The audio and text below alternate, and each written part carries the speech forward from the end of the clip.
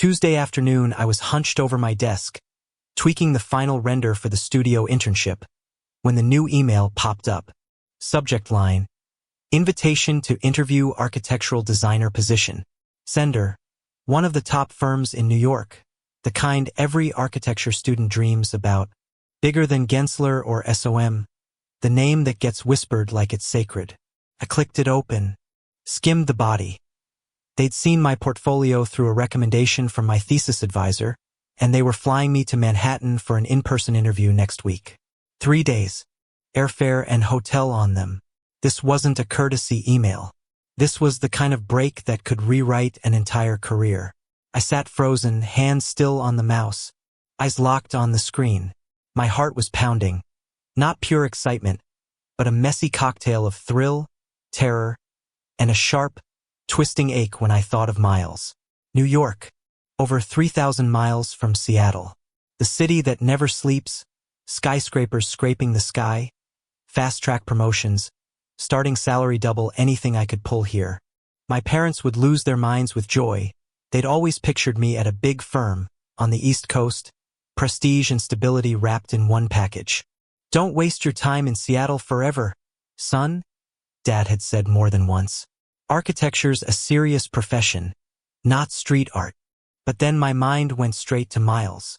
He was in the kitchen right now, making our afternoon coffee like always, humming along to some old indie track under his breath. We'd finally settled here.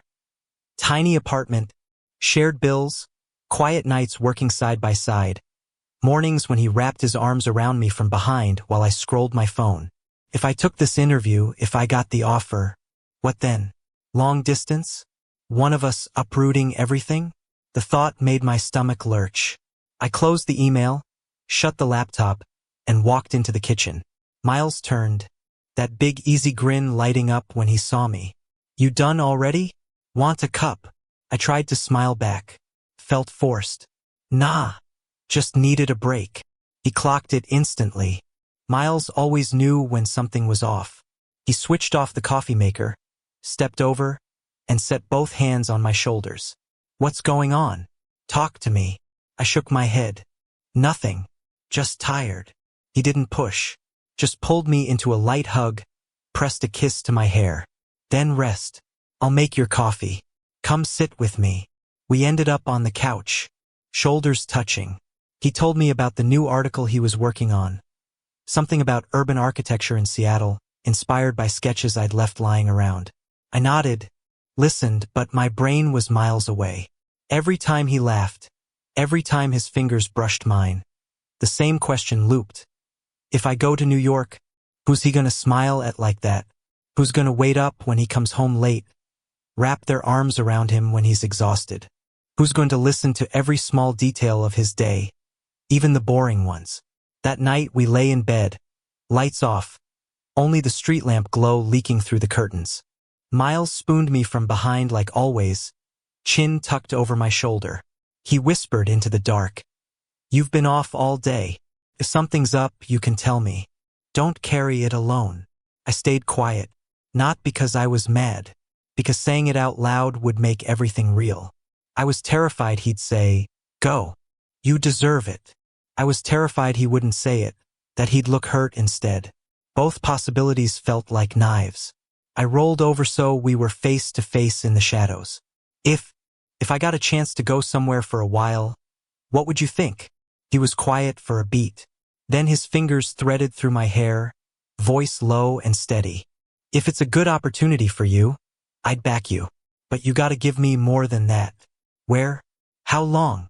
I swallowed. New York. An interview. If I get it, I might have to move there. Miles didn't flinch. He just held my gaze. You accept yet? No. I don't know. He nodded slowly. Then think it through. I don't want you passing it up because of me. But I also don't want you making the call without us talking. We're a team, right? I nodded, tears prickling. I'm scared. Scared if I go, things change. Scared I get the job and have to leave. Scared long distance breaks us. Scared you get tired of waiting. Scared I'm alone in a huge city, surrounded by skyscrapers and know you next to me at night. Miles pulled me closer, arms tightening. I'm scared too, but I don't want you living with regret. If New York's your dream, go for it. We'll figure it out. Long distance sucks, but for you, I'm willing. His words were so gentle they hurt more. Because I knew he meant them. He'd smile, support me, text every day, wait for me to come home. But he'd be lonely, and so would I. I buried my face in his chest, breathed in the familiar scent. I haven't decided. I just need time. Time's ours, he murmured. I'm right here, whatever you choose. We lay like that until his breathing evened out in sleep. I stayed awake, staring at the dark ceiling, mind spinning around that New York email. The biggest career shot I'd ever had, and the biggest test our relationship had ever faced. I wasn't ready to tell him everything yet. Wasn't ready to admit that the thought of leaving him made it hard to breathe. But I knew I'd have to soon. With Miles, I didn't want secrets anymore. That night, I held him tighter than ever. And deep down, the fear of loss started growing. Not fear of losing the job, but fear of losing him. 3 days after the New York email, I still hadn't replied. I let it sit unread in my inbox. But every time I saw the notification icon, my stomach clenched. I couldn't keep hiding it forever. Miles deserved the truth, not because he'd be angry, but because he'd always been the first person I wanted to share everything with. Friday night, after a quick pasta dinner I'd thrown together, Miles suggested, "Want to take a walk? It's cool out, no rain. I could use some fresh air after staring at my screen all day." I said yes immediately. We threw on light jackets, stepped outside hand in hand. The street near our place led to a small park. Yellow street lamps, old stone benches, fall already turning the leaves gold and scattering them underfoot. Seattle autumn wind carried the faint smell of wet earth and distant salt water. We walked slowly, not talking much, just letting our footsteps and the rustle of leaves fill the quiet. Miles stopped at a bench under a lamp, tugged me down beside him. He stared out at the little pond where the lights danced on the water. "You've still been off these past few days," he said softly, not looking at me. "I'm not pushing, but if you want to talk, I'm here." I took a deep breath, squeezed his hand hard. "I got an email from a firm in New York. They want me for an interview. Next week. They're covering the flight and hotel." Miles turned to me. No shock, no anger. Just that calm blue gaze I knew so well. "You gonna go?" "I haven't decided. I'm scared." He nodded slowly. "Scared of what?" "Scared if I go, everything changes. Scared I get the offer and have to move. Scared long distance kills us. Scared you get tired of waiting. Scared I'm alone in that huge city, surrounded by towers and know you beside me every night." Miles looked out at the water again for a long moment. Then he turned back, gripped my hand tighter. "Liam, I want you to have everything you've ever dreamed of. From the first time I saw you sketching those plans, I knew you were going to do big things. New York is huge. If you don't try, you'll regret it forever. And I don't want to be the reason you look back with regret." His words cut. Not because they hurt, but because they were so honest. I looked at him, tears welling. "But what about you? You'd be here alone? Working, coming home to an empty place. No one waiting? Would you be okay?" He gave me a small, sad smile, brushed his thumb across my cheek. "I wouldn't be okay right away. I'd miss you like hell. I'd stay up late waiting for your texts, stare at the empty side of the bed and feel cold. But I'd be okay, because I love you enough to want you to fly, even if it means I have to stand on the ground for a while." I dropped my head, tears splashing onto the back of his hand. "I don't want you sacrificing for me." "This isn't sacrifice," he said, voice steady. "This is love. Real love isn't holding on so tight the other person can't breathe. It's letting them go after what they want, then finding our way back to each other. If you get the job, we'll make a plan. You fly home weekends or I fly out. Or if you decide to stay, I'll figure out how to get there. I'm not scared of long distance. I'm only scared of you holding yourself back because you're worried about me." I lifted my eyes to his under the street lamp. No resentment, just openness, patience. and a depth of love that stole my breath. You really want me to go? I asked, voice shaking. I want you happy, he said. If New York makes you happy, go. I'll be here waiting. And if you decide to stay, I'll be just as happy. Because you chose us. I threw my arms around him, buried my face in his neck, and cried, hard, messy sobs, because he loved me in a way I hadn't known was possible. Not possessive, not clinging, but open-handed, letting me fly while still keeping his arms ready for when I came back. We sat like that for a long time under the gold streetlight, autumn wind moving past us. Miles rubbed slow circles on my back, whispering, whatever you decide, I still love you. That doesn't change. When I finally lifted my head and wiped my eyes, he leaned down and kissed me. Slow, deep, tasting of my tears. Not frantic, just a quiet promise. No matter where life pulled us, we'd keep finding each other. We stood, hands linked, and walked home. The familiar route felt longer tonight, but warmer too. I still hadn't decided about New York, but the fear wasn't choking me anymore. Because under that street lamp, Miles had shown me, real love isn't about holding on. It's about letting go when you need to, then choosing each other every single day. Tuesday morning, I booked the flight to New York. Early departure, one small suitcase and my backpack stuffed with the laptop and portfolio. Miles drove me to Seattle-Tacoma, parked, and walked me all the way to security. When we reached the line, he pulled me in so tight I had to laugh and gasp, "Babe, you're crushing me. I can't breathe."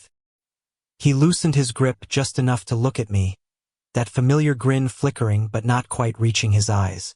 3 days, architect. Call me every night, okay? I managed a smile that felt thin, kissed him one last time, slow, lingering, then stepped through the gate. As the plane lifted off and Seattle shrank beneath a blanket of gray clouds, my chest felt heavy. Not from nerves about the interview, from the fact that, for the first time in over a year, I was going somewhere without Miles right there beside me. New York hit me like a wall of noise and cold. JFK was chaos, people shoving past, taxis honking on the expressway, and by the time the cab dropped me at the Midtown Hotel, it was late afternoon, the city already lighting up. The room was clean, modern, floor-to-ceiling windows looking out at glittering skyscrapers. I unpacked, hung my interview shirt so it wouldn't wrinkle, then sat on the edge of the bed staring at my phone. A text from Miles. You land okay? Eating a turkey sandwich alone. Feels weird. Miss you already. I smiled despite everything. Typed back. Just got here. Room's nice, but it's missing you. Video call after the interview. The 3 days blurred into a shiny, fast-moving dream. The first interview was at their Lower Manhattan office, a sleek glass tower with sweeping views of the Hudson. They asked about my portfolio, my approach to sustainable design, how I wove human stories into buildings. I answered clearly, more confidently than I expected. They called my drawings soulful, said they told stories. I smiled politely, but inside I kept thinking, Miles would be so proud if he heard this. Between meetings, I wandered alone. New York was beautiful in a way Seattle never tried to be. Soaring Art Deco towers, Times Square pulsing with neon, Central Park blazing with fall gold. I walked Fifth Avenue, paused outside luxury storefronts, watched the river of people rush by. Everything felt huge, glamorous, full of possibility. But the longer I walked, the more something ached. Even though I knew exactly where Miles was, my eyes kept scanning crowds for him, old habit, pure longing. A tall guy in a gray hoodie coming the other way made my heart jump. Then I saw it wasn't him and the disappointment hit like a punch. The smell of coffee from a corner cart reminded me of our mornings. Him brewing while I leaned against his back. I bought a black, no sugar, the way he likes it, sat on a bench in Bryant Park, sipped the bitter heat, and felt the city pressing in. The first night, I video called him. Miles appeared on screen, sprawled on our bed, hair a mess, the familiar room behind him. He lit up. You look tired but hot. Tell me everything. Did they love you? I spilled it all. The building, the questions, the praise. He listened hard, eyes bright. Told you. You blew them away. Did you walk around yet? How's the city? Loud. Gorgeous. But I keep looking for you in the crowds. See someone tall in a hoodie and my heart stops. Then it's not you and I just miss you more. He went quiet for a second. I feel it too. House is too empty. Bed's too big. I keep rolling toward your side and it's cold. But you know what? I'm proud of you. Wherever you are, I'm right here waiting. I swallowed hard. I miss you so much it hurts. New York's shiny, but all I want is to come home. To you. His smile was soft, a little sad. 3 days. Hang in there. And if they offer, we'll figure it out. I'm not going anywhere. The next 2 days were more of the same. Interviews, long walks, nightly video calls. Every glimpse of the skyline made it clearer. New York could be where I worked, but it wasn't home. Home was wherever Miles was. The smell of morning coffee, that slow Texas drawl, the way he wrapped around me from behind while I sketched, the comfortable silence when we both worked late. On the last day, after the final interview wrapped, I stood in the middle of Times Square, lights flashing, crowd surging. I pulled out my phone and called him. He picked up on the first ring, voice bright. You done? Get on that plane. I'm making Texas tacos. I laughed, tears slipping free. I'm coming home, and I've decided. Even if they offer, I'm not taking it. Not because the job isn't amazing, because no opportunity means anything if you're not there at the end of the day. Miles went quiet. Then, softly, I feel the same. Come home. Liam. Home's waiting. I hung up, looked up at the towering buildings. New York was stunning, but it wasn't mine. Mine was Seattle, the creaky mattress, the tiny kitchen, Miles. When I walked out of arrivals at Seattle-Tacoma, he was right there at the gate in that gray hoodie, holding a black coffee. The second he saw me, he jogged over, pulled me into a crushing hug in the middle of the crowd. You're back, he whispered into my hair. God, I missed you. I held on just as tight, breathing him in. Me too. And I'm staying. Here. With you. Whatever happens with the offer, I'm not leaving. He squeezed harder. We'll figure it out. Together. November came faster than I expected. After the New York firm sent the official offer, and I turned it down politely, choosing to finish my final year in Seattle and stay close to Miles, we decided to fly to Texas for Thanksgiving. He'd been nudging me for weeks. You need to meet my family. They're dying to meet you. And I want you to see where I grew up. I said yes, even though nerves twisted in my stomach. My own family never did American Thanksgiving. My parents treated it like any other day off, maybe a quiet dinner. Miles's family. A suburban Austin ranch house, big backyard, long wooden table, turkey roasted from his grandma's recipe. He talked about his mom, Laura, with that warm glow. She cooks like it's art, and she'll love you on sight. We landed in Austin Wednesday afternoon. Texas air felt different, warm sun, dry wind, the smell of cut grass and barbecue drifting from somewhere. Miles rented a car, drove us out, wide highways flanked by fields and live oaks.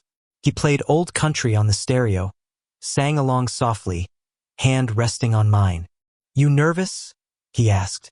A little, I admitted. I've never done the whole meet the family thing like this. I'm scared I won't fit. He squeezed my fingers. Mom's gonna hug you till you can't breathe. Dad'll grill you about architecture, then pivot to football stories. Just be you. They'll love you because I love you. The house appeared at the end of a quiet street. Single-story ranch, white siding, wooden porch swing, yellow mums in the front yard. The door flew open before we even parked. Laura, Miles's mom, ran out first, apron dusted with flour, hair in a high bun, smile wide and bright like his. She hugged Miles hard, then turned to me without hesitation and pulled me in. Oh honey, Liam, finally. Miles talks about you nonstop.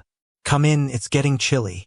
Her hug was warm, enveloping, smelling faintly of cinnamon and home cooking. I stiffened for half a second, then melted into it. The first time a mom who wasn't mine had held me like that, no judgment, No expectations, just welcome. David, Miles's dad, stood in the doorway, tall, silver-haired, firm handshake. Good to meet you, Liam. Heard you're a hell of a designer. Come on in. Don't stand in the wind.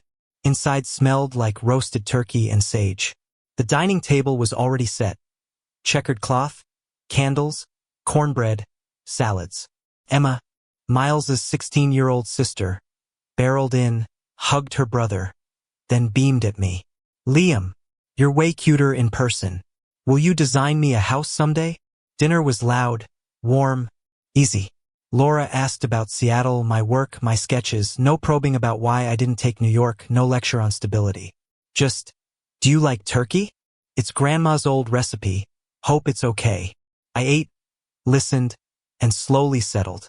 Miles sat beside me, his knee brushing mine under the table, eyes lighting up every time I smiled. David told stories about Kid Miles, mischievous, always kicking a football, but home for dinner on time. He's grown up now. Got you. Makes me feel good knowing he's got someone solid. Afterward, while everyone cleared plates, Laura pulled me into the kitchen. She handed me a dish towel, leaned against the counter. Miles says your family's in Seattle.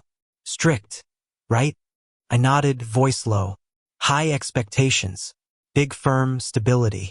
They haven't really accepted me and Miles. She rested a hand on my shoulder, eyes kind. My boy loves you, and I see you love him right back. That's what matters. Families don't always understand right away, but real love helps them get there. And here, you've got family now. I think of you as a son. Anything you need, you call me, okay? Tears hit fast. I couldn't stop them. Laura pulled me into another hug, rubbing my back like I was hers. It's okay, sweetheart. Cry if you need to. I've got you. Miles walked in then, saw us, and froze. His eyes went glassy. He didn't speak, just stepped up and wrapped both arms around us from behind. Thanks, Mom, he whispered. That night we slept in his old room. Single bed, faded basketball posters, the faint smell of wood and boyhood. We squeezed together on the narrow mattress, him spooning me. You okay?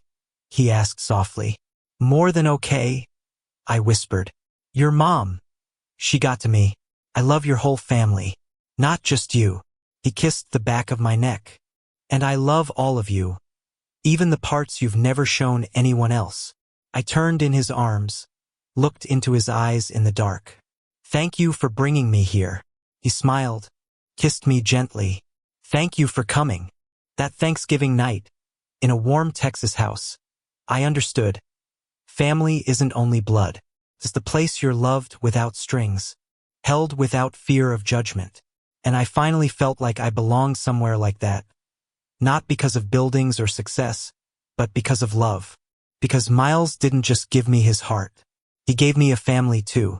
And no matter what came next, I knew I'd always have a place to come home to, where he was, and now where his mom's arms waited too, warm and open.